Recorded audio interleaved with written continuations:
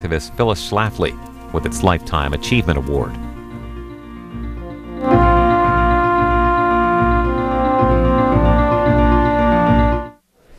Remarks now by author Robert Spencer, who directs the blog called Jihad Watch. He's followed by Kate Obenshain, former Virginia Republican Party chair. The two spoke recently at the annual Conservative Student Conference of the Young America's Foundation. This is about 2 hours. Thanks, guys. Well, good morning. My name is Blair Daly. I'm an intern here at Young America's Foundation, which is a leading organization dedicated to advancing the conservative movement on college campuses. If you'd like to take advantage of the resources provided by Young America's Foundation, please go ahead and contact us by phone at 1-800-USA-1776 or on the internet at www.yaf.org. We're going to now move on to our next speaker. His name is Mr. Robert Spencer, and this man has been a courageous voice for the truth about the enemy that so shockingly struck us back on September 11th, 2001. He is director of Jihad Watch, which can be found at jihadwatch.org, which is a project of the David Horowitz Freedom Center, which monitors the threat of radical Islam around the globe. It's a very good resource for information on this topic. Mr. Spencer began studying Islamic theology, law, and history back in 1980. Now 30 years later, he's written hundreds and hundreds of articles, and as well as 8 books on this subject.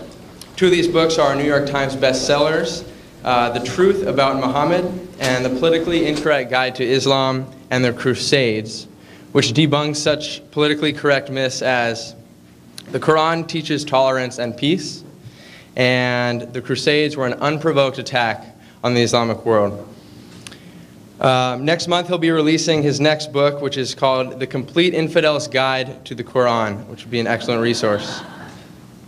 It is obvious he's an expert in his field, and as such he's led seminars on Islam and jihad for many sectors of the U.S. intelligence community, including the United States Central Command.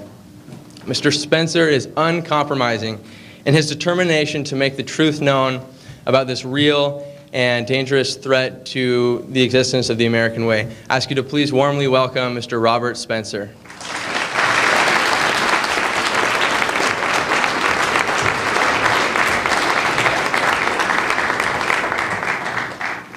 Have you heard the good news?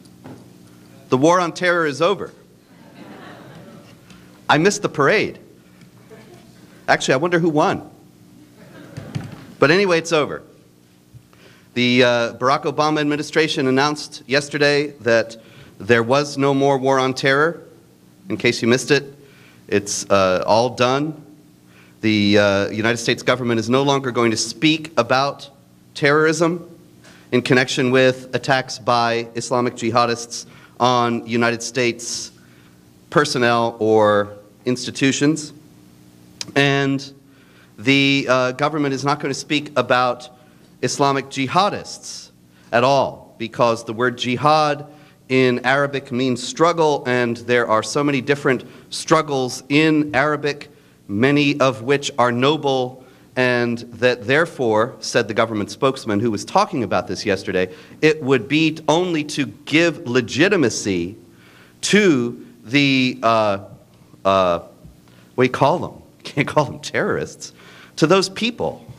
It would give them legitimacy if you called them jihadis. Now, there are a number of problems with this, and one of them is that that means that the only people who will be calling them jihadis are the jihadis themselves. And why does this matter? What does it matter what we call them, or whether the war on terror is over or not, or whether we speak about it in terms of Islamic jihad or not? Why should this make a difference? All this has to do with an initiative that is widely known as the Stealth Jihad. And what it has to do with the Stealth Jihad is this. If you do not know, it's an ancient principle of warfare that you may have heard. In order to defeat an enemy, you have to understand that enemy. You have to know who he is. You have to know why he is doing what he's doing. You have to know what he hopes to accomplish. And if you do not understand those things, then you have no chance of victory. Then it's all over. And so, the first thing that the United States government ought to have done on September 11th, 2001, and actually ought to have been doing before that, because 9/11 was not the first attack by these people on the United States personnel or institutions. The first thing that the United States government should have done was to examine the speeches and the writings of the perpetrators and their allies, and to come to some understanding of who they are, why they are doing what they're doing, and what they hope to accomplish. And this was not done. 8 years later, this has still not been done. Not only has it not been done, and there's even less prospect of it ever being done now that the Obama administration has declared the war on terror over and jihad out of bounds as a point of discussion. But also, the fact is that the Islamic jihadists have undertaken a large-scale initiative over a period of many years to achieve precisely this goal. And if anybody was a victor in the Obama administration's announcement yesterday, it was the forces of the global jihad. The Stealth Jihad is this. It's an initiative to advance the agenda of the terrorists by non-terrorist means. Everybody knows there are terrorists, and everybody knows that they flew the plane into the building on 9/11 and into the Pentagon and so on. What were they trying to accomplish? Very many fewer people know that. But if you look at the writings of Osama bin Laden and other people like him, it becomes very clear that what they wanted to do was weaken the United States, and what they still hope to do is weaken and ultimately destroy the United States, and ultimately replace the free constitutional rule that we enjoy, or still enjoy to some degree, in the United States with Islamic law. And Islamic law institutionalizes discrimination against women, discrimination against non-Muslims, and extinguishes the freedom of speech, the freedom of conscience, and other things. And this is the vision of Islamic law that they are actively working to replace the U.S. Constitution with. Now, that initiative is advanced by terrorist acts, because those terrorist acts, they take our money, they take our time, they take our resources, they weaken us. But there are also many other groups that are working to achieve the same goal, the imposition of Islamic law over the United States, over Western Europe, and over our allies. But they are advancing it by means that have nothing to do with terrorist attacks.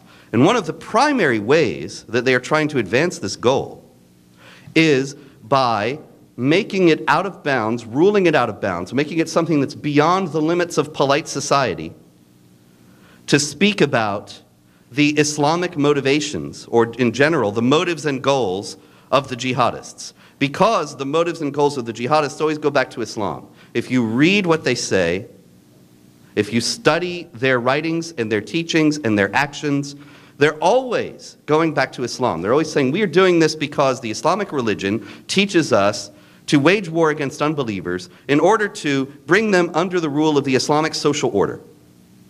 And they're very clear about this.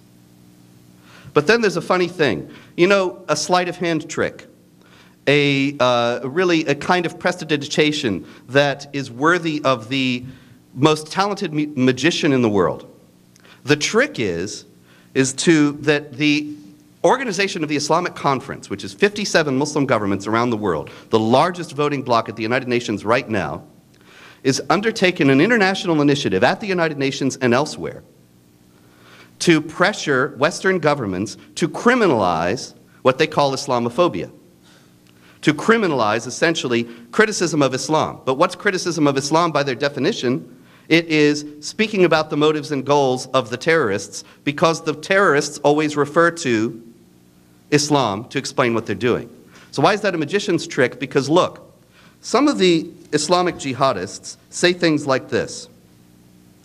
The Muslim Brotherhood, which is an international organization that is also active in the United States, and a key part of the Stealth Jihad movement, the non-terrorist attempts to impose Islamic law, to bring Islamic law west, The Muslim Brotherhood, this is from an internal Muslim Brotherhood document, must understand that their work in America is a kind of grand jihad in eliminating and destroying Western civilization from within and sabotaging its miserable house by their hands and the hands of the believers so that it is eliminated and Allah's religion is made victorious over all other religions, which is ultimately not a religious statement at all, but a political one, because Allah's religion, as they understand it, has a political extension, a political manifestation that they are working to bring here.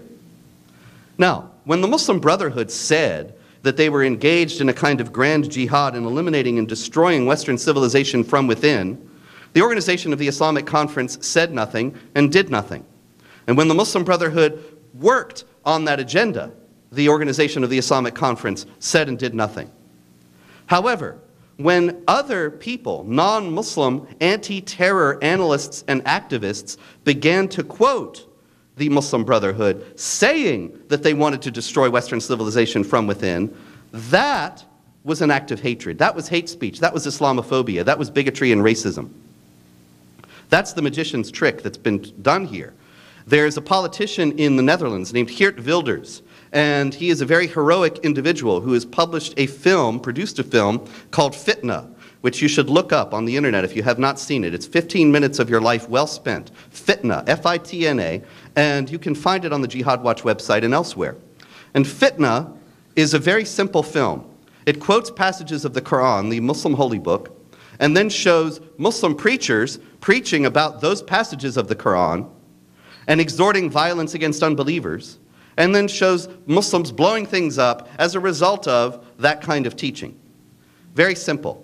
If there's any hate speech involved in it, it is the hate preachers who are filmed in this, who are featured in Fitna, saying you have to wage war, you have to fight against the Jews and the Christians, you have to destroy them, you have to slay them wherever you find them, and so on.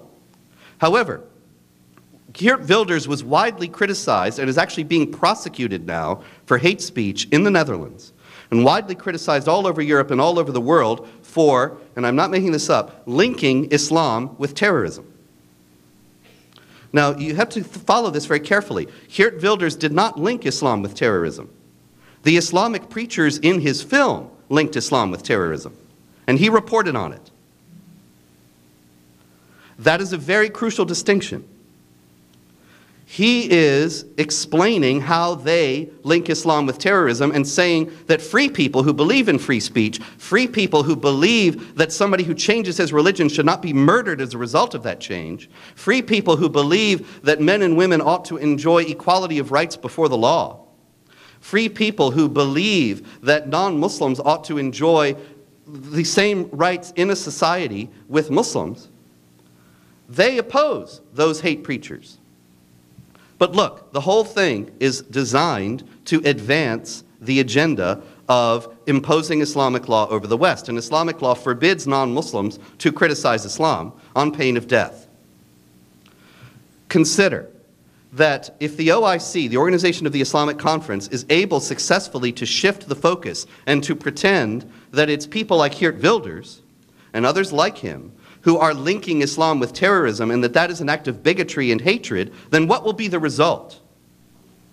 Obviously, the result will be that people like you and me will be afraid to speak about the ways in which Islamic jihadists use Islam in order to gain recruits among peaceful Muslims, to motivate terrorists, to exhort people to commit terrorist acts, and to advance the jihad in other ways, the jihad against the West.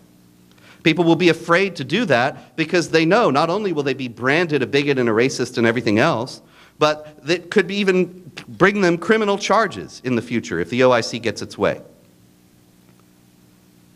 And so, what has the Obama administration just done? They said, we're not going to talk about jihad. We're not going to talk about Islam. We're not going to talk even about a war on terror.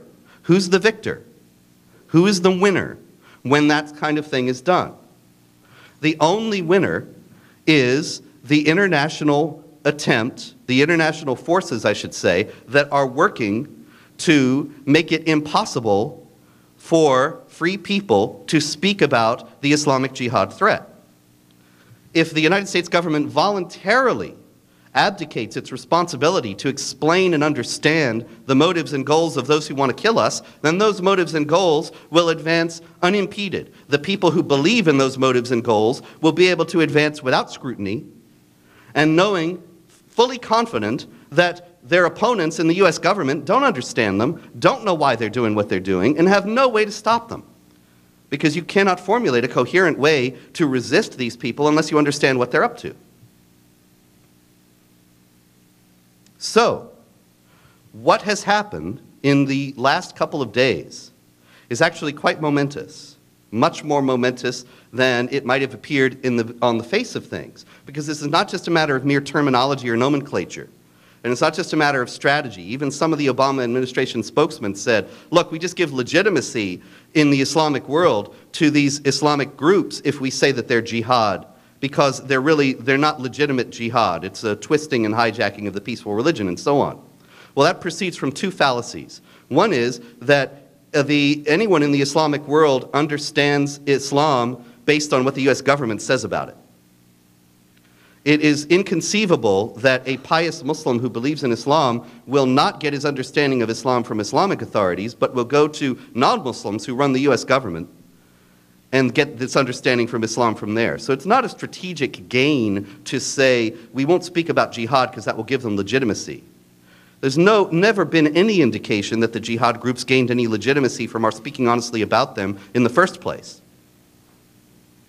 And also, the Islamic jihad groups are able to point to core teachings of the Islamic religion that mandate warfare against unbelievers. And they claim for themselves the mantle of being the representatives of true and pure Islam on the basis of being able to invoke those teachings. The United States government deciding to ignore all that is not going to do anything but allow them to continue to advance without our responding to their challenge adequately, because once again, you cannot defeat an enemy that you do not understand.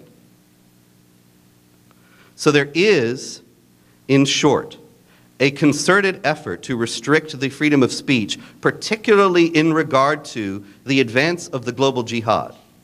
And that is an effort being forwarded primarily by the Organization of the Islamic Conference, which is the largest largest organization at the UN. 57 states, 56 states and the Palestinians, if they decide something and they vote together, then they can basically get what they want at the UN. And what have they done at the UN? They have actually been able to pass a resolution that said that Islamophobia ought to be criminalized, and all member states of the United Nations ought to pass laws to make it a criminal offense to speak critically of Islam.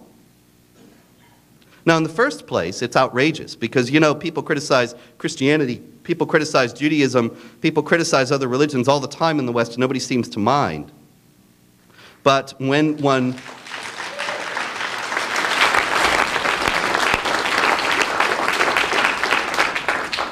merely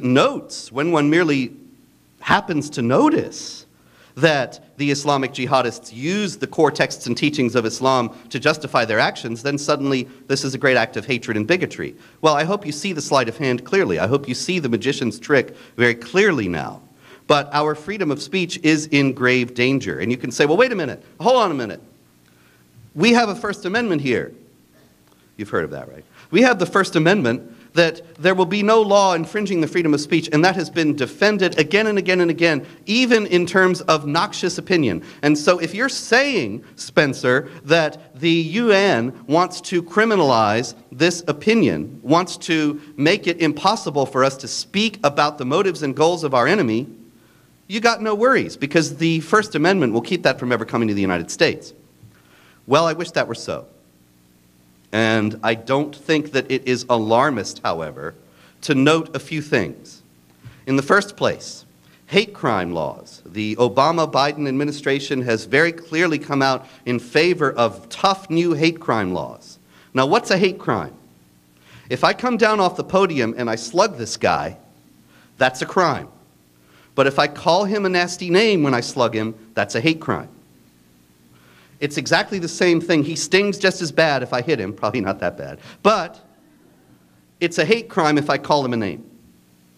Now, nobody here would defend using racial slurs or getting into this kind of gutter talk. And there is no defense for that at all. The problem is that hate, how do you define that? It's very elastic. And ultimately, it becomes a tool in the hands of the powerful in order to silence those who dissent from their policies. Because you see, the people in power can define anything they want to as hate, and it becomes far beyond racial slurs or obnoxious talk into political dissent. And if you think that that can't happen, well, note, for example, that the Organization of the Islamic Conference has been spearheading efforts for years now to classify honest talk about the Islamic motives and the Islamic goals of the Islamic terrorists, in their own words, to classify that as hate speech on the part of counter-terror analysts when they quote it. That's why Geert Wilders is in trouble. And so if what he's doing by reporting on Islamic hate preachers is hate speech in itself, although the hate preachers themselves are not committing hate speech, well then, if you can bring hate crime laws into the United States, it inevitably will bring hate speech into it, because that's how you decide what's a hate crime and what's just an ordinary run-of-the-mill crime. And so if you bring hate speech laws into the United States, you're already introducing very crucial exceptions into the First Amendment. And a pliant Supreme Court could very easily, I don't think it's at all hard to imagine, a Supreme Court ruling that certain kinds of hate speech are not protected by the First Amendment. And if honest talk about the Islamic Jihad is hate speech, then we are mute and defenseless before our enemies. You can't beat an enemy you can't understand and refuse to talk about and don't even know why he's doing what he's doing. Can't be done. And you think this can't happen? Well, let me tell you another little detail. One of the first things Barack Obama did after he became president was write a letter to Ekmeladini Sanolu, the Secretary General of the Organization of the Islamic Conference. And he said, I know we can work together. I think we've got a glorious future together. Louis, I think this is the beginning of a beautiful friendship. And he invited Ekmeladini Sanolu to the White House. And he came recently, a few weeks ago. And he said, you ought to appoint, Mr. President, a special liaison from the White House to the Islamic communities. And Barack Obama said, yes, sir. And he did. He appointed, the appointment was announced while Isanolu was in the White House. And so the significance of that is that he seems to be very anxious to do the OIC's bidding. And the OIC is very anxious to restrict free speech about the Islamic Jihad. And the Obama administration is also very anxious to bring hate crimes laws into the United States. It's not hard to see where we could be in another couple of years. And this is a real threat. And so the main thing that I wish to leave with you this morning is that it is an indispensable foundation of a free society to have the possibility of dissent. And it is extraordinarily unpopular. It is out of favor in the administration. It is out of favor in the State Department. It is out of favor in the mainstream media. It is only at a few places like this where we are right now that the honest truth about the Islamic Jihad and the motives and goals of the jihad terrorists can still even be said. But it must be said, or we have no hope of combating it. It must be said, or the Islamic jihadists will be able to advance unimpeded, not understood, not challenged. Omar Ahmed, who was the co-founder and longtime board chairman of a well-known group called the Council on American Islamic Relations, said to a Muslim audience in 1998, without knowing that a non-Muslim reporter was present, he said, Islam isn't in America to be equal to any other faith, but to become dominant. The Quran should be the highest authority in America, and Islam the only accepted religion on earth. Now I ask you to envision the kind of society that would come to the United States if Omar Ahmed got his wish. You think, well, that's preposterous. That couldn't happen. Don't kid yourself. If we do not fight and stand up for our freedoms now, there's nothing more certain than that we'll lose them. And the reality is, sorry, that's not the end, but very close. The reality is that probably would have been a good ending, you're right.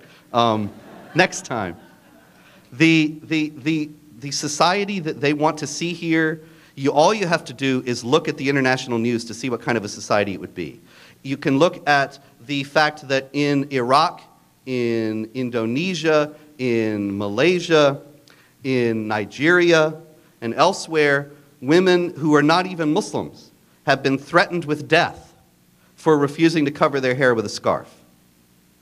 You have the absolute criminalization.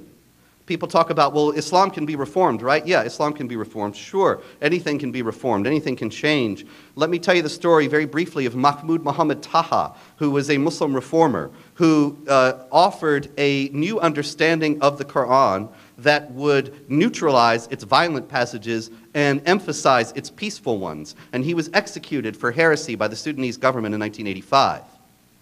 If the hate speech and the hate speech laws and freedom of speech restrictions come to the United States, that kind of thing we could be seeing here. It seems preposterous, it seems outlandish, but we have a government right now that is very hospitable to this kind of point of view. This is the kind of society that we are facing, and this is what we have to stand up and defend now, or there is no doubt that this effort will continue unimpeded. And so it is absolutely imperative for all of you, wherever you are and with whatever resources you have, in the first place to draw attention to the attacks on the freedom of speech that are going on from the organization of the Islamic Conference, to draw attention to the Wilders case, to draw attention to other attempts to restrict honest speech about Islam and jihad, and to draw attention to the disastrous elements of the Obama administration's policy in refusing to speak honestly or to analyze or to understand our enemy. The situation is very grave, and I think there's nothing more certain than that when we come back here in a year, if I see you then, that we will be able to say we have already seen the bitter fruits of these policies, but you are the ones who have the power wherever you are in whatever way you can to stand up and begin to resist now. And if you do not, every minute the Islamic Jihad is nonetheless advancing. If so far as we may work or may not work, they are working hard. And we have to stand up and resist and maintain ourselves as a free people, or we will no longer be a free people. Thank you.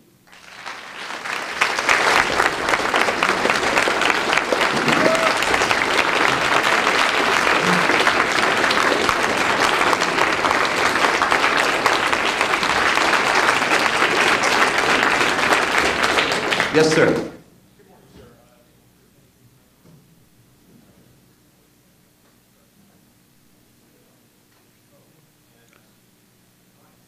Can you hear me? Yes. Outstanding. Thank you. Thank you for attending, sir. Andrew Kreitz. I'm an Army cadet at UCLA.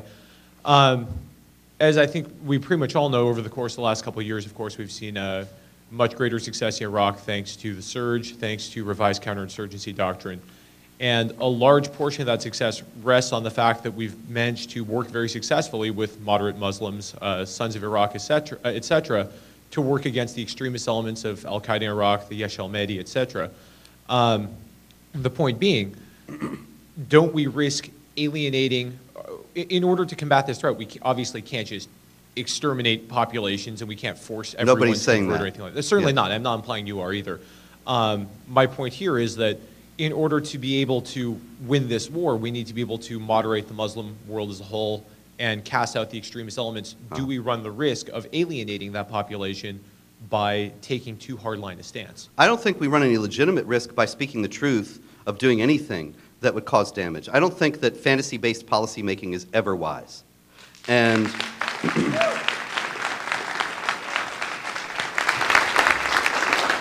if it is true that the Quran and the Islamic tradition and Islamic law and Muhammad, the Prophet of Islam, all teach warfare against unbelievers, and it is true, if it is true that Muslims around the world are acting upon those things, and if it is also true that there are other Muslims who actually oppose those efforts, and are willing to work with the United States, then I can't see how they could possibly be offended in a legitimate way if we speak honestly about the fact that those elements exist. And if they really oppose them, then they would not be angry at that kind of talk, but they would welcome it as reformers. Thank you, sir. Hello, Steve Lindsay, Princeton University, and I suppose my question kind of will go a bit off of the previous. I was wondering if, given two sort of different perspectives at the Islamic faith in general, one I've at least seen articulated by Andy McCarthy, being a general skepticism of Islam because of its corruptibility, versus something like Jennifer Bryson, who has actually done studies for the military concerning possibly it being in the United States' interest to find and to study Islam in the more mainstream reformist view of it. And Bryson is a conservative and working at a conservative think tank.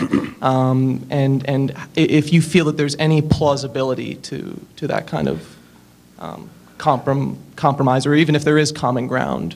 I don't think that there can possibly be any real basis for common ground without knowing where we're setting our foot, without understanding what we're dealing with fully. And so, in the first place, there's been a lot of talk, and I'm not speaking about Jennifer Bryson in particular or anyone in particular, but there is an awful lot of talk among conservatives as well as among others about moderate Muslims and moderate Islam, without really understanding, without ever having any clear definition of what would constitute a moderate. And so you have outlandish things like Dalia Mogahed and John Esposito in their book, Who Speaks for Islam, which is essentially a Gallup poll, an international Gallup poll, determining the attitudes and assumptions that prevail in the Islamic world.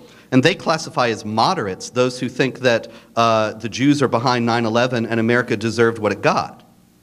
I think they're cooking the data a little bit there. And that's not the only place. The United States government has pursued a policy since 9/11 that essentially amounts to, if you're not blowing something up right now, you're a moderate. The problem there is that completely ignores the stealth jihad I was referring to in the talk, that there are groups that are trying to advance the Islamic agenda, but by peaceful means. That I think that the violent peaceful distinction is useless, because precisely that there are these groups that exist, that you have people like Omar Ahmed saying, we want the Quran to be the only law of the land in the United States. Even though Omar Ahmed will never blow anything up, I still consider that under the oath of office that Barack Obama took as President of the United States to preserve, protect, and defend the Constitution of the United States, he should see the movement to make the Quran the only law of the land as a threat to that, and ought to apply existing sedition laws to it. But Omar Ahmed is generally classified as a moderate, and so are others like him. And so, look, in theory, it seems to me that sure, we could work with real moderate Muslims, but we have to define our terms very carefully. And I think the only way we can do that is to speak honestly and say, look, you know, the Quran does say, fight against even the Jews and Christians until they pay this jizya, this tax, with willing submission and feel themselves subdued, which has always been understood in Islamic law as meaning this subjugated status for non-Muslims and this institutionalized discrimination against them. And we know that Muhammad said to wage war against unbelievers. And we know that all these international Islamic movements say to do this and to pursue this war by various means, not always hot war. And so, you, sir, Mr. Moderate Muslim, will you repudiate those things, please? Will you come up with some spiritualized understanding of these things that make them benign? And do you affirm peaceful coexistence on an indefinite basis with unbelievers in a free society that does not institute any religious law as the law of the land? In a society like ours where we have the non-establishment of religion. And if we can get an affirmation of that in deed and in word, then I'm happy to work with a guy like that. The problem is that those kinds of questions aren't ever even asked in the public sphere, because of political correctness and because of ignorance and because of the disinformation campaign that is part of the OIC stealth jihad. Thank you. Mark Eastham, the School of Oriental and African Studies, London. I think we have a major problem in the Middle East where all of the pro-democracy movements are almost all Islamists, wanting to see an Islamic State and caliphate and all the rest of it.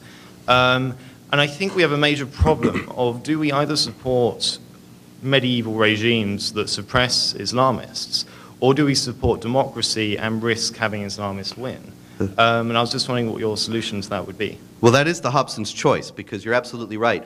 While the Islamic terrorists have been characterized as a tiny minority of extremists who are repudiated by the vast majority of Muslims worldwide, in reality, whenever there have been relatively free elections in the Islamic world in recent years, the people that want to see Islamic law imposed in the most draconian way generally come out the winners.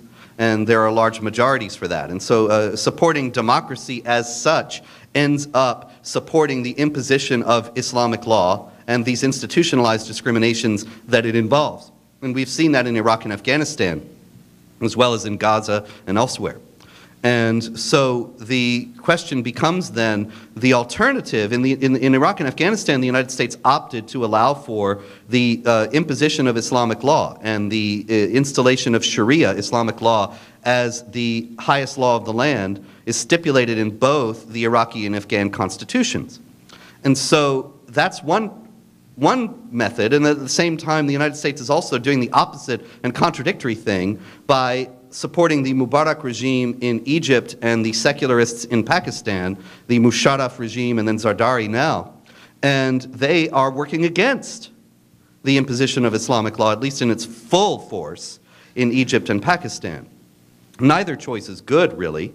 And it would seem to me that in a larger sense, if we are committed primarily to the defense of the United States and of our allies, that we don't really need to be funding these regimes at all, and don't need to be sending money to them, which is kind of stupid and suicidal to start with. We've given billions of dollars to the Pakistanis since 9/11 to fight terrorism, and they have turned around and given that money, a large part of it, to those terrorists they're supposed to be fighting. And this has been documented even in the New York Times. And so why do we keep giving money to them? Barack Obama's response to that revelation was, well, we have to give them more money so they can fight the terrorists. Well, you know, if I beat myself on the head with a mallet and then I say, gee, it hurts, I guess I'll beat myself on the head with a mallet some more. It's ridiculous. And so this is the situation that we're in. I think we should stop all aid to those countries and that we should reformulate. I'm not saying leave in terms of cut and run from a military standpoint, but reformulate our goals and our deployment in those countries so that we are restricting jihad activity and making sure that jihadist groups cannot plan and cannot train and cannot carry out their plans. But otherwise, the idea of trying to establish democracy in those countries only leads to more Islamic law, which leads to more jihad against the West. Okay, thank you. Hi, Samuel Settle, Penn State. Thank you very much for speaking to us. You mentioned Geert Wilders in the Netherlands and his party, the Party for Freedom. They've put forward a very comprehensive plan to stop the Islamization of the Netherlands that includes labeling violent parts of the Quran as hate speech, putting strict limitations on Islamic immigration. I wanted to know, first, what do you think of their program for the Netherlands, and what parts of it, if any, do you think we should be looking to implement here in the United States? Well, when you talk about restricting parts of the Quran as hate speech, obviously I'm against all hate speech laws. Geert Wilders is working in a In the United States, you know, as classically constituted, we have freedom of speech, and that ought to be freedom of speech. That ought to be the idea that bad ideas are chased out by better ones, not by repression.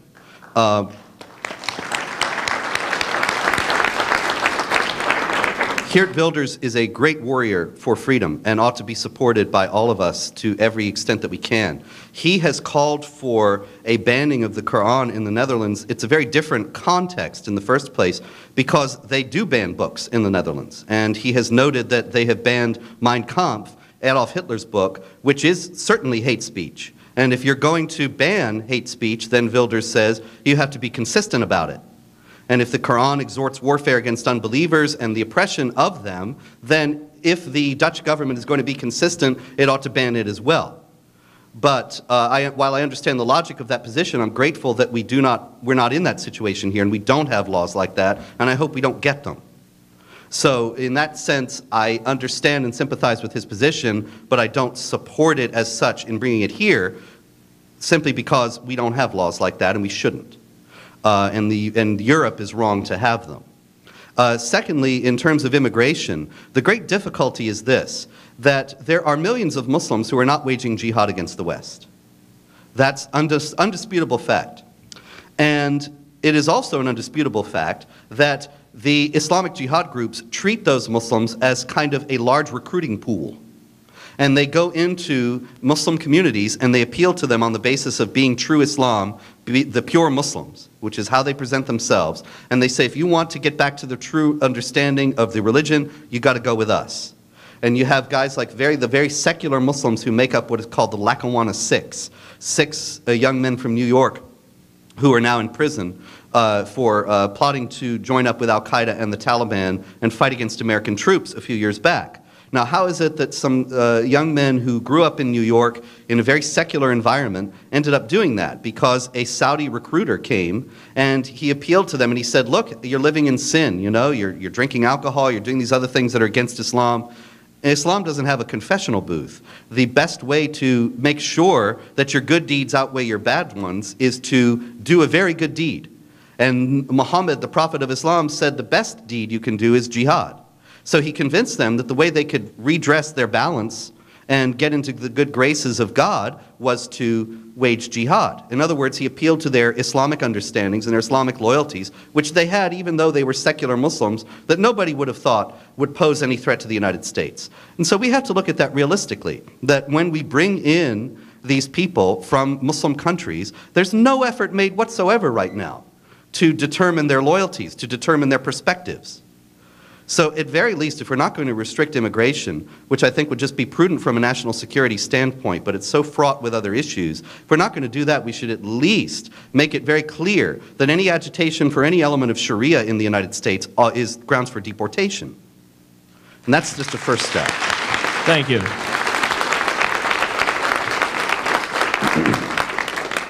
Salam alaikum, Mr. Spencer. In the most ironic way possible, my husband is Muslim. What can we say to the useful idiots in the West, many of whom I find are Christians, who have bought into what is essentially the Islamic lie that Christians, Jews, and Muslims all worship the same God? Well, one would wonder in the first place, what's the point of pointing that out?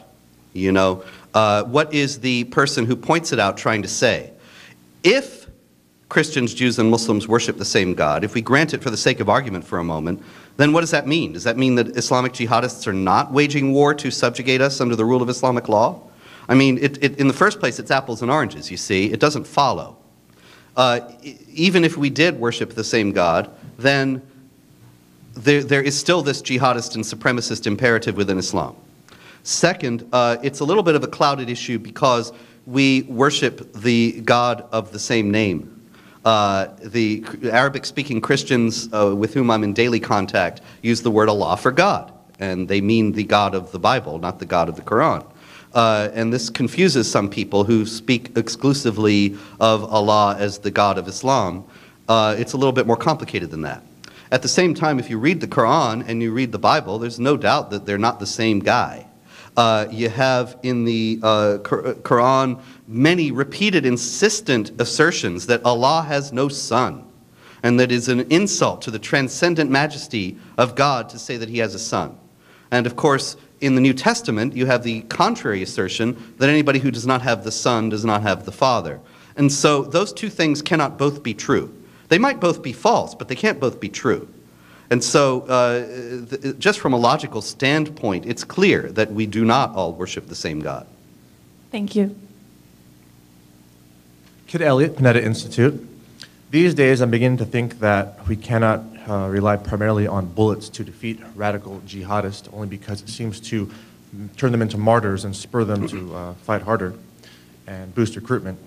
And so I'm beginning to think maybe we should use a more clandestine approach, such as injecting a little bit of pop culture into their society to sort of, de-radicalize them and maybe secularize them. So in that sense, then, is perhaps our best weapon against radical Islam Justin Timberlake and Dave Chappelle, let's say?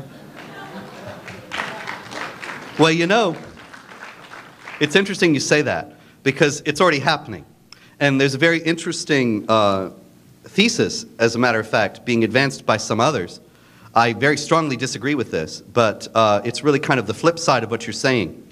Some people have actually suggested that the whole Islamic Jihad was caused by Britney Spears, that essentially the introduction of the American pop culture in all its rottenness and immorality into the Islamic world made these moral and straight-laced people in the Islamic world lash out by taking down the Twin Towers. That's preposterous in many ways, most notably because the jihad was going on long before American pop culture was rotten. Sayyid Qutb, who's one of the foremost theorists of the modern-day jihad, who was a 20th century Egyptian, he came and actually lived in the United States in Greeley, Colorado for 2 years in the 40s. And he went to a church social where there was a little dance going on.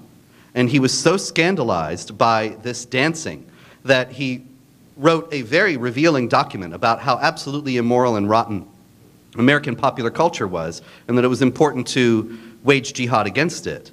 Now, that was Doris Day he was upset about. Imagine what he would think of Christina Aguilera.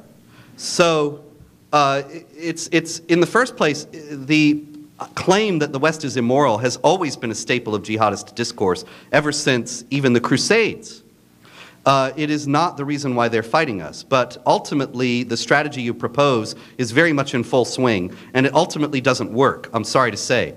One final anecdotal evidence to illustrate how it doesn't work is the kidnapping of Charles Glass, who is an American journalist who in the late 80s, for some unaccountable reason, decided it would be really neat to walk from Antioch in southern Turkey to Cairo in Egypt. And all along the way, rather predictably, in Lebanon, he was kidnapped by Hezbollah. And while he was being held by these guys, young men, holding these big rifles on him, they would ask him questions like, do you think American girls would find me attractive? And they would relax and take a break, and still holding the gun on him, and play Michael Jackson records. They were absolutely tied into American pop culture, but it did not stop them from waging jihad at the same time. Very interesting. Thank you. Salam. I'm a theology student at the University of Cambridge with specialism in Judaism and Islam. My question is mainly about women's rights. You were talking about the discrimination against women in the Quran.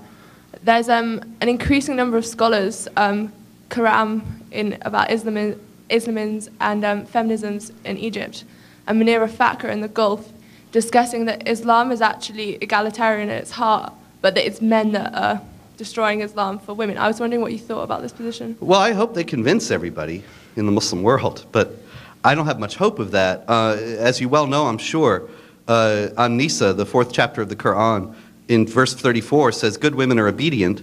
As for those who are not, skipping ahead a little bit, as for those who are not, give them a warning, send them to separate beds, and beat them. Now, the clause, beat them, in Arabic, has been recently translated as send them away. Unfortunately, without exception, every translation of the Quran into English by Muslims and by non-Muslims, every last one up until this new translation has beat them, or some variant thereof, scourge them, whatever. And obviously, Muslim men take that seriously as a mandate, since it is a topic of great discussion in various Islamic forums and Islamic television shows in Egypt and Saudi Arabia and elsewhere as to, well, when exactly can you beat your wife, and how hard, and with what implement, and so on. And so it's something that's, spousal abuse takes place in all cultures, but only in Islam does it have divine sanction. I appreciate an effort to mitigate that. I certainly applaud it. But the problem is if it advances under false pretenses by pretending that the verse says something other than what it says, or pretending that Islam is egalitarian when the Quran says very plainly in the same passage that men are superior to women and are above them in authority, then I don't think it has much chance of convincing many Muslims, because they know what the Quran says. And that's where the problem lies. It's easy to convince non-Muslims who don't know anything about Islam that Islam is egalitarian and peaceful and tolerant and wonderful. It's a lot harder to convince the Muslims who are acting as if it isn't that those things are so. Thank you. Jordan Harms from Rhodes College. And firstly, thank you very much for taking the time to come out and speak to us. My question was regarding whether radical Islam is a political or a religious ideology. The reason I'm asking this is because that at my college, one of the things we studied when we took a Western history and philosophy class was the Quran. We studied the spread of Islam. And we read different verses of the Quran, and we read verses that both preached violence and preached tolerance, paradoxically, at the same time. And I was wondering, what were your thoughts if it is a political ideology? By that, I mean that we have people like bin Laden, Zarqawi, Al-Qaeda, Hamas, other terrorist groups that teach, that sort of twist the words of the Quran and give it to the general populace as fact. And I just wanted to know if you consider it to be political more than religious. Islam is both a political and religious ideology, and it always has been. As a matter of fact, it's very telling that the calendar year 1 in the Islamic calendar is not the year that Muhammad became a prophet, not the year that he was born, not the year that he was died, not anything you might expect, but only that it is when Islam became a state, when Islam became a political polity, and Muhammad became a military and political leader. That's year 1 of Islam. And I think that's very telling. The Islamic State up until 1924 was always considered to be an essential element of Islam in the world. And Islamic polemicists and apologists throughout history have criticized the West for the sacred secular distinction, and have said that Islam has a comprehensive unity, and that unity is manifested in the fact that it's political as well as religious. So taking them at their word, I would say it's both. Now, as far as the peaceful and tolerant verses of the Quran go, here again, I would say the best way to understand that is to go to the Islamic sources. And if you go to Ibn Ishaq, for example, Muhammad's first biographer, he explains that the Quran has 3 stages of development in its teachings on unbelievers and warfare. The first is tolerance, the second is defensive warfare, and the third is offensive warfare to impose the law of Islam. Now that's Ibn Ishaq in the 8th century, and he's saying that the offensive warfare is the final stage, and it supersedes the other 2 stages. So that there are tolerant passages in the Quran, but they no longer have applicable force for Muslims. The offensive warfare passages do. That's not me talking. See, here is the key distinction. Is that Islamophobia to say that? Is that hate speech? Well, actually, it's Ibn Ishaq, a 9th century Islamic scholar, and Muhammad's first biographer. And 8th century, excuse me. And every school of Islamic law, current in the world today, teaches the same thing. And so when you say that Al-Qaeda and Hamas twist and hijack Islam, I have not been able to substantiate that claim by anything that I see in Islamic teaching. I don't see any school of jurisprudence that does not teach warfare against unbelievers and their subjugation. I don't see any sect of Islam that does not teach warfare against unbelievers and their subjugation, except for the Ahmadiyya, who are considered heretics for precisely that reason. And I see all these Islamic scholars throughout history saying the violent passages supersede the tolerant ones. And so when I see Osama bin Laden and Hamas saying we're the true Muslims and the pure Muslims, it's up to the Muslims ultimately to decide the question of who are the true and pure Muslims. But they certainly have a case that convinces many Muslims of the rightness of their cause. And this is the great difficulty that we have. And here again, I don't think that pretending it's anything otherwise or trying to sugarcoat the reality is going to get us anywhere. We have to start with reality and formulate policy accordingly. Thank you very much.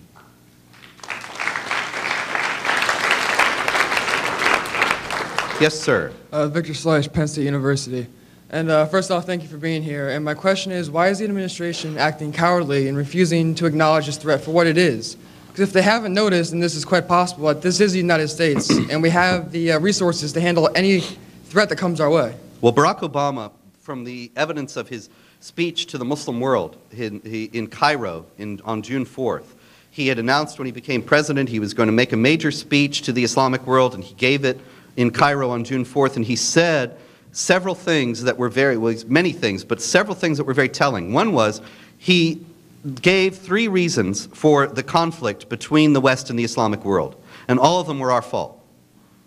He said, the Islamic world is mad at us because of colonialism, the colonial period, because of the Cold War, in which the Muslim countries were essentially pawns between the US and the Soviet Union, and the rottenness of American pop culture. And he never mentioned the possibility that they might hate us for reasons of their own that have nothing to do with what we have done or not done or can do in the future. But Barack Obama is proceeding along the assumption that this is all our fault and they hate us for things that we have done, and if we just change what we're doing, then they will love us. And he's in for a rude awakening, but, you know, there's no talking to the man about this. Thank you very much. Thank you very much.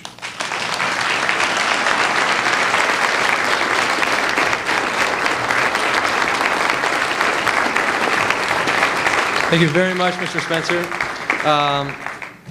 At this point, I'd like to just remind us that speakers like Mr. Robert Spencer and other prominent conservative speakers are available through Young America's Foundation's campus lecture program to speak on your own campuses. If you'd like to find out more information, please contact us at yaf.org or 1-800-USA-1776. Mr. Spencer will be available at noon after our upcoming talk to sign copies of his book, Stealth Jihad. At this point, we're going to be moving immediately to our next speaker, and I'd like to ask Trevor Easton to come up and introduce her.